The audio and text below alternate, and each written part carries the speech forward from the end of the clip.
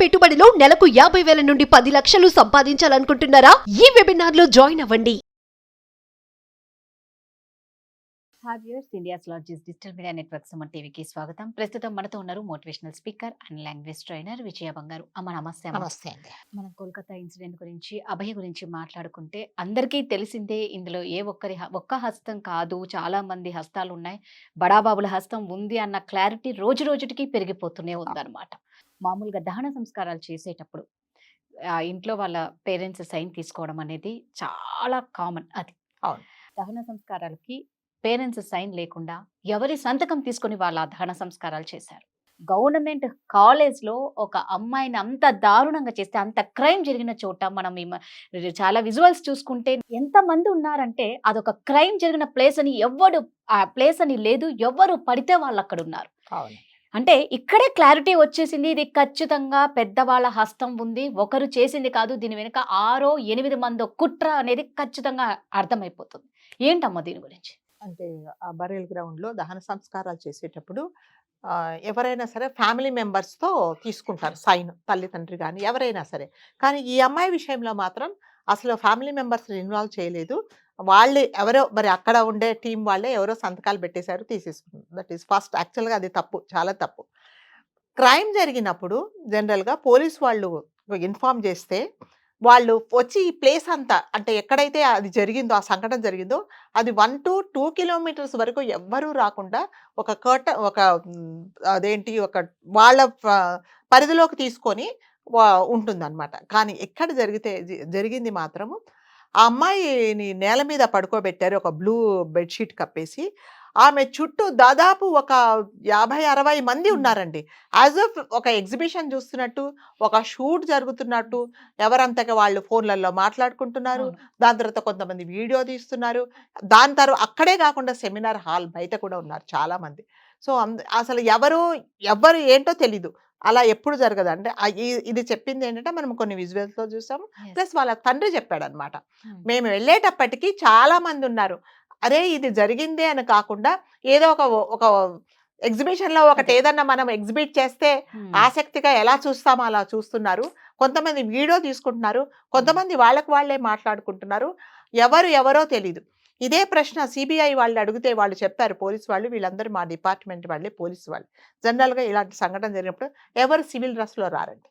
ఇట్లాంటివి జరిగినప్పుడు ప్రతి ఒక్కరు, అంటే వాళ్ళు ఆన్ డ్యూటీ ఉంటారు కాబట్టి వాళ్ళ యూనిఫామ్‌లోనే వస్తారు. అక్కడ యూనిఫామ్ వేసుకున్న ఒక్క డాక్టర్, ఇది కూడా అంటే ఇందులో పోలీస్ హస్తం చాలా బాగా ఉంది అని స్పష్టంగా తెలియడానికి. సో అందులో స్పెసిఫిక్‌గా వాళ్ళు అడిగారు, ఒక రెడ్ షర్ట్ వేసుకున్నాడు కదా, ఇతను ఎవరు అని అడిగారు. ఇతను ఫోరెన్సిక్ ఎక్స్పర్ట్ అని చెప్పారు.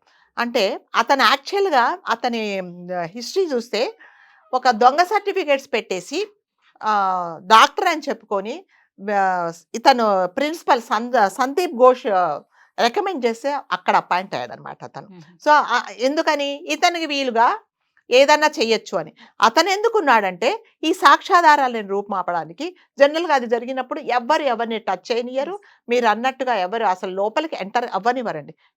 ప్లస్ డాగ్స్ కూడా ఏమీ లేవు. జనరల్‌గా ఇలాంటివి జరిగితే ఫస్ట్ పోలీస్ డాగ్స్ వస్తాయన్నమాట, తీసుకొని వచ్చి ఎక్కడ జరిగిందని అలాంటిది ఏమీ జరగకుండా as if they are watching some exhibition అన్నట్టు చాలా రిలాక్స్డ్‌గా వాళ్ళే ఉన్నారు అనమాట.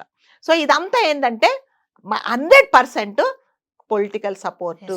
ఆ ధైర్యంతోనే వీళ్ళు ఇది చేశారు. మాకేమీ కాదు, ఒకవేళ మా పేరు వచ్చినా 10 రోజులో, 40 రోజులో, 50 రోజులో జైల్లో వస్తామనే. కానీ ఇది ఇంత ఇష్యూ అవుతుంది అంటే దేశవ్యాప్తంగా ఇట్లా ఎదురు తిరుగుతారని వాళ్ళు ఎవరు చేశారో వాళ్ళు ఊహించలేదండి. ఇంకా థర్డ్ పాయింట్ ఏంటంటే, యాక్చువల్‌గా ఈ 3rd ఫ్లోర్‌లో ఇది జరిగేటప్పుడు సెమినార్ హాల్లోకి ఆ 3rd ఫ్లోర్‌లో రిపేర్స్ ఉన్నాయి, రెనోవేషన్ జరుగుతుంది.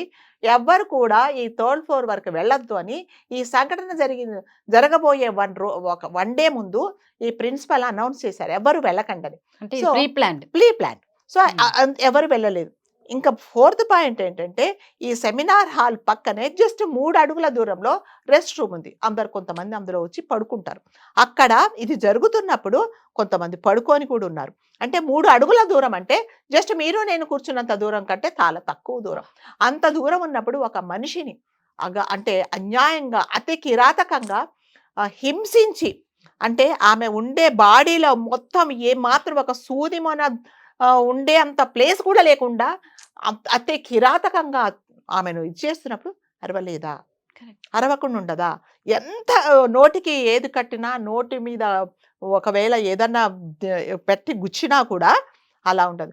ఆమెను చంపిన విధానం చూస్తేనండి అతి కిరాతకంగా ఒక జంతువు, ఒక క్రూర జంతువు ఒక కసి, మనిషి మీద పగ. పడితే Yes, ఒక మనిషి మీద అనిపిస్తుంది. పడి విచక్షణ రహితంగా ఎక్కడ పడితే అక్కడ గోకేసి ఎక్కడ పడితే అక్కడ ఇది చేశారు. అంటే ఆ క్రైమ్ జరిగిందండి.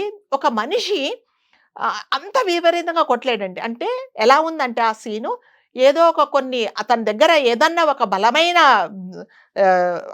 ఆయుధం ఉండి దాంతో కొట్టినట్టుగా అక్కడ ఆ అమ్మాయిని అంత భయంకరంగా మాటల్లో వర్ణించలేనంతగా హింసించారు.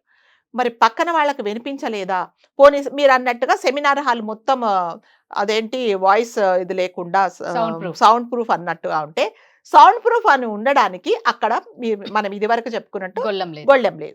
సో అది ఇలా వస్తూ అదేంటి అది తెరుచుకుంటూ వస్తూ ఉంటాయి, రాకుండా ఎలా ఉంటాయి. సో ఇదంతా ఏంటంటేనండి ప్రీ ప్లాన్డ్, 100% ఇది ప్రీ ప్లాన్డ్ అని మాత్రం తెలుస్తుంది.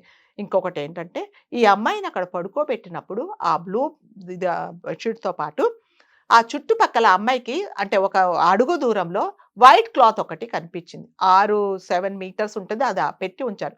ఆ కర్టన్ వెనుక ఈమెను ఉంచారనమాట. ఇవన్నీ ఏంటంటే ప్రీ ప్లాన్డ్. ఇవన్నీ ఇక్కడ జరిగిందైతే కాదండి. ఆ సెమినార్ హాల్లో అయితే 100% అది జరగలేదు.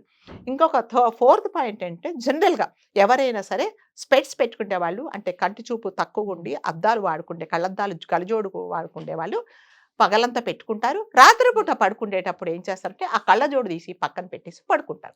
అది క్వైట్ కాదు, మీరైనా నేనైనా ఎవరైనా, అది ఎవరైనా చేసేది. సంటి పిల్లలకు కూడా వాడితే పడుకునేటప్పుడు ఏం చేస్తారంటే తీసి పక్కన పెడతారు. అలాంటిది లేకుండా ఆ అమ్మాయిని కళ్ళద్దాలతో పాటు అంటే కళ్ళజోడు పెట్టుకున్నప్పుడే కొట్టారంటే ఆమె పడుకోలేదు. ఓకే, ఫోన్లోనన్నా మాట్లాడుతుండొచ్చు, లేకపోతే ఏదో చదువుకుంటూ ఉండొచ్చు. షీ వాజ్ అవేక్ అనమాట. తను మేలుకొనే ఉంది. మేలుకుని ఉన్నప్పుడే ఆమెను అంత అఘాయితకంగా ఘోరాతి ఘోరంగా ఆమెను హింసించే, అంటే మళ్ళీ చెప్పుకుంటుందంటే ఎవరైనా మేము ఇట్లాంటివే చేస్తాము, మా మీద ఎదురు తిరిగితే మమ్మల్ని పాయింట్అవుట్ చేస్తే ప్రతి ఒక్కరికి ఇదే గతి, ఇంతకంటే భయంకరంగా చంపేస్తాము. అంటే ఒకరిని రేప్ చేసి చంపేశారు అంటే అదేదో గొంతు పిసుకడమో లేకపోతే ఒక పాయిజన్ ఇవ్వడమో లేకపోతే ఏదో చేస్తారండి. ఇంత ఘోరంగా ఎముకలు విరిగేలాగా, అంటే ఆమె అంటే ప్రైవేట్ పార్ట్స్లో కూడా బ్లేడ్లు ఉన్నాయి. తర్వాత మొహానికి అంతా గుచ్చుకున్న అద్దాలు గుచ్చుకున్నాయి, కళ్ళద్దాలు గుచ్చుకున్నాయి. ఇలా చంపారు అని అంటే ప్రతి ఒక్కరూ మీరందరూ నోరు మూసుకొని ఉండండి, మేము ఏదైనా చేస్తాం, మాకు ఎదురుగుతే మీకు ఇదే అని అందరూ హెచ్చరికలాగా చేశారనమాట. సో మనం ఒకటే కోరుకుందామంటే భగవంతుడు ఆ జస్టిస్కి మంచి మనసిచ్చి ఆమెకు న్యాయం జరగాలనే మనం కోరుకుందామండి. జీవితంలో ఎవరికి కూడా ఒక శత్రువుకు కూడా ఇలాంటి చావు అనేది, ఇలాంటి భయంకరమైన నరకము అంటే ఏంటో ఆ అమ్మాయి ప్రత్యక్షంగా చూసిందండి. ఎవరి కోసం చూసింది? ఎవరి కోసం ఈమె ఇలా ఎదురు తిరిగిందంటే మనందరి కోసం ఎదురు తిరిగింది. అంటే నేను ఏం చెప్తున్నానంటేనండి, ఎవరైనా సరే అంటే మనకు నచ్చంది ఏదైనా జరిగినప్పుడు మీరు ఒక్కరు పోయి వాళ్ళకి ఎదురు తిరగకండి, టీంతో వెళ్ళండి. టీంతో ఒక 5-6 మంది 10 మంది పోతే అందరూ వాయిస్ రేస్ చేస్తే బాగుంటుంది. పర్టికులర్గా ఒక్కరే ఎదురు తిరిగితే ఈమె మీదనే వాళ్ళు రివెంజ్ తీసుకున్నారనమాట. సో ఎప్పుడైనా కూడా అలాంటి పని అమ్మాయి చిన్న పొరపాటు ఏంటంటే ఆ పొరపాటే చేసిందని నేను అనుకుంటా. అతనితో డైరెక్ట్గా ప్రిన్సిపల్తో డైరెక్ట్గా 1 hour ఆర్గ్యుమెంట్ చేసింది అనమాట.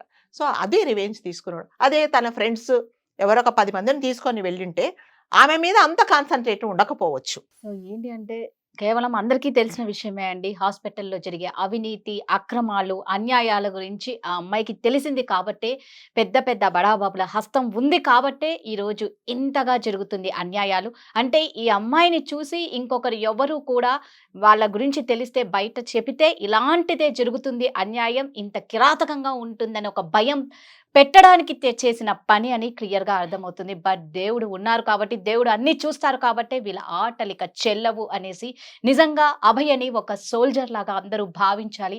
ఆ బిడ్డ ఆత్మకు శాంతి చేకూరాలని, వాళ్ళ పేరెంట్స్ కి, బాధిత కుటుంబానికి న్యాయం చేకూరాలని, శిక్షార్హులకు మాత్రం ఖచ్చితంగా శిక్ష పడాలని కోరుకుంటాం. Thank you.